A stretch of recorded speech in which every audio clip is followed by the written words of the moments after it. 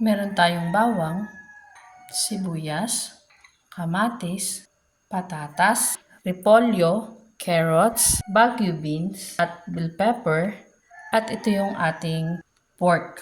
Ipiprito ko muna ngayon ang pork. Okay na ang ating karne.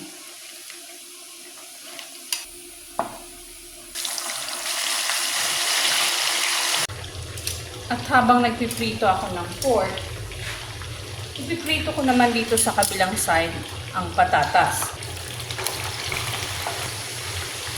Dahil luto na ang ating patatas, hahangulin ko na siya.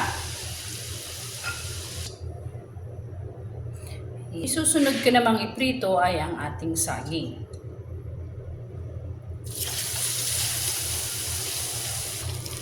May nakasamang isang buo na saging.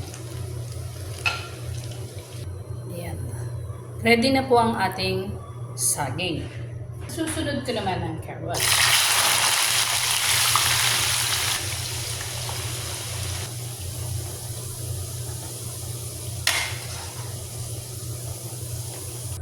Ayan. Init na ang ating kawali at ilalagay ko naman ngayon ang bawang, sibuyas. Ilalagay ko na rin po ang ating kamatis. Lulutuin ko po ng mabuti itong kamatis hanggang sa magdurog-durog siya bago ko isunod yung mga kasunod na ingredients. Para naman sa ganon, lumabas talaga yung kanyang katas at ang kanyang lasa. At dahil okay na ang ating kamatis, ilalagay ko naman nor cubes. Para sa ganon, lumasa na sa kanyang kamatis. Ilalagay ko na ang karne.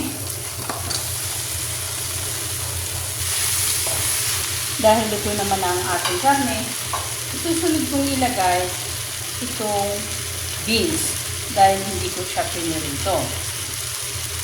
Sasangkutsahin natin ang beans kasama ng karne.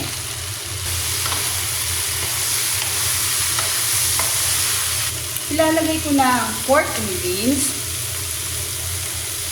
para lasang-lasa siya sa lahat ng mga halo ng ating niluluto. Ilagyan ko na siya ng konting tubig. Oyster sauce, pangdagdag linamnam po ito. Ilalagay ko na ang carrot, patatas, lalagyan ko na rin siya ng paminta, ketchup,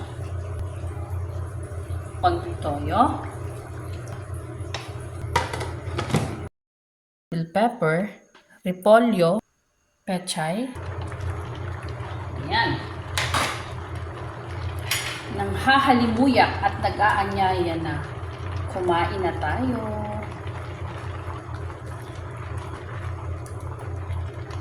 Ayan po.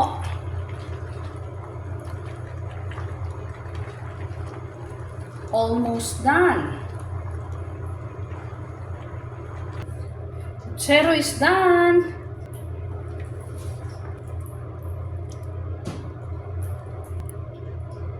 Pork puchero ala Mama Chi.